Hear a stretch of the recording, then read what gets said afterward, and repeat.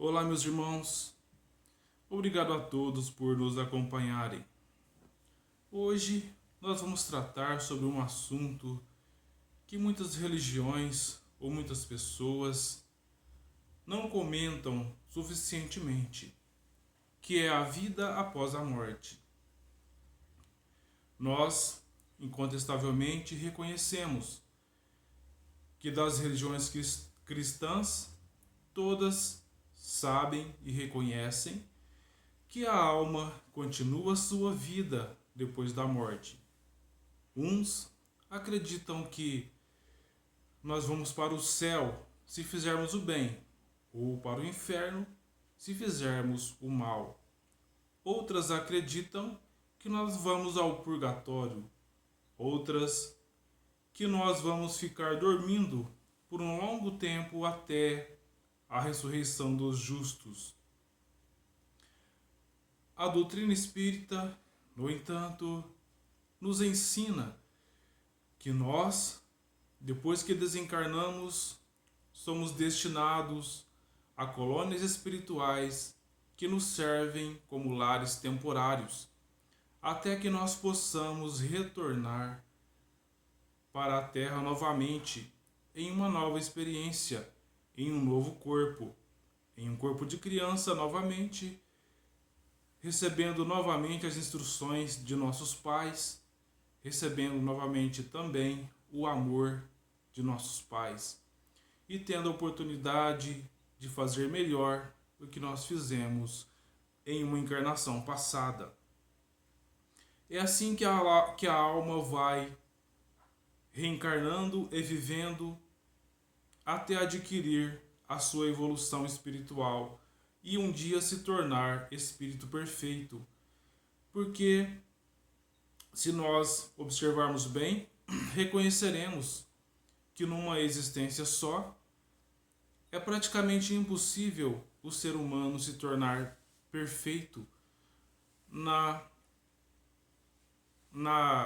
maneira de dizer do termo, como se pode dizer. Porque Jesus disse: sedes perfeitos, como vosso Pai Celestial é perfeito. Mas nós não vamos nunca alcançar a perfeição do Pai Celestial, porque Ele é o Criador de todas as coisas. Deus, conforme disse Allan Kardec na pergunta número 1 do Livro dos Espíritos, quando Kardec pergunta: que é Deus? E os Espíritos respondem: Deus é a inteligência suprema, causa primeira de todas as coisas. Ou seja, Deus não é um homem. Deus, até então, permanece para nós inexplicável o que ele vem a ser. Porque é de acordo com a nossa evolução que nós vamos conhecendo e entendendo Deus, o que é e como é.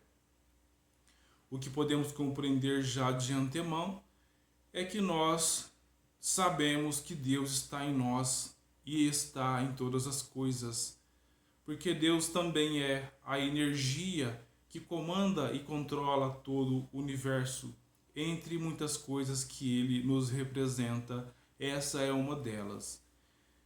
E muitos confundem, pensando que Deus e Jesus são um só, porque quando Jesus disse que eu e o Pai somos um, ele se referia ao que Deus trazia como propósito e ao que Jesus vinha também trazer na terra, era o mesmo propósito, o de trazer o amor à humanidade. Ou seja, o propósito se referia a um só. É nisso que Jesus se refere, mas se formos levar ao pé da letra, nós devemos sim considerar que Jesus foi criado como nós, simples e ignorante, e se tornou grande porque fez suas conquistas, optou pelo caminho do bem e conquistou em si a perfeição da qual ele é dotado hoje. E falando de Jesus, todos nós falamos Jesus, o Cristo.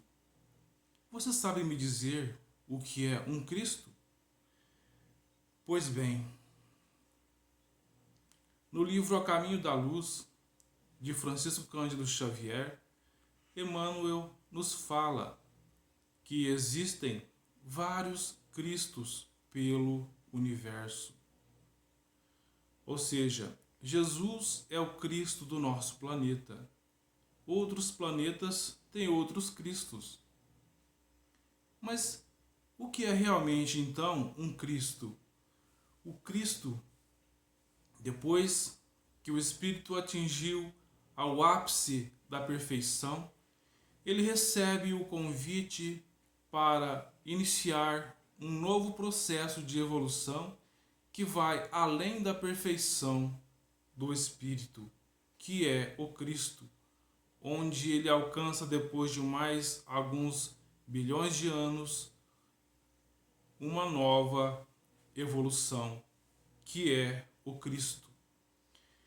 E os Cristos, pode-se dizer, chamados conselhos de Deus. O conselho de Deus, ele se reúne para determinar os acontecimentos necessários para cada planeta, para cada sistema solar. E aqui estamos, nós. Muitos falam, então quer dizer que no Apocalipse também vai acontecer isso? E aí, meus irmãos, eu venho mais uma vez a lhes dizer, o Apocalipse, como se diz na Bíblia, é necessário ser melhor entendido e compreendido. O Apocalipse não é um acontecimento onde vai acontecer tragédias e a terra vai abrir e muitos vão cair dentro e vai acontecer terremotos e tudo mais. Isso são cataclismos naturais da natureza que sempre aconteceram. São coisas necessárias que, como sabemos que nada é por acaso, as pessoas que precisam passar por isso são aproximadas desse acontecimento. O Apocalipse, no que se diz respeito à transformação do ser humano, é o momento em que as galáxias se aproximam. Os planetas também ficam mais próximos. E nesse momento acontece uma transferência em massa de espíritos de um planeta para outro. Mas por que essa transferência? E aí chega o ponto em que a doutrina espírita nos ensina. É a regeneração.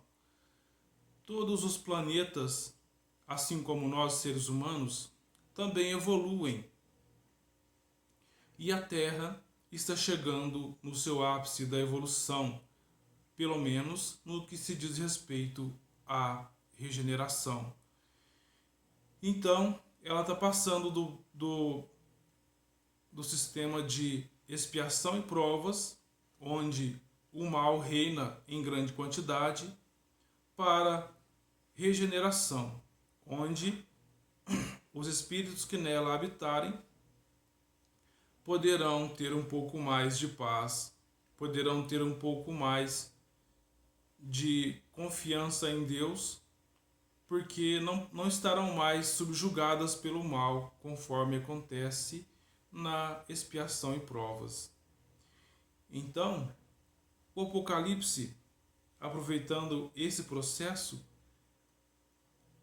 aqueles espíritos que não estiverem preparados para estarem na Terra regenerada serão exilados para essas outras galáxias, para esses outros planetas, onde as coisas são mais primitivas, onde tudo está ainda por iniciar, serão exilados para lá, para que eles possam, depois de suas vivências nessas esferas, e redimidos para com a lei maior, e suficientemente evoluídos para a regeneração, poderão estar novamente na Terra. Então, aqueles que estiverem já em condição de regeneração, esses permanecerão na Terra, neste momento de Apocalipse, permanecendo na Terra, tendo vivências saudáveis uns para com os outros, porque a regeneração é o momento onde vivem na terra aqueles que já querem o bem uns dos outros, aqueles que querem o amor uns dos outros, aquele que tem empatia pelo próximo, aquele que se coloca no lugar do outro na hora da dor. Então, meus irmãos, o espírito continua sempre a sua evolução. E para aqueles que não conseguem ainda acreditar na reencarnação, isso está bem explícito na Bíblia.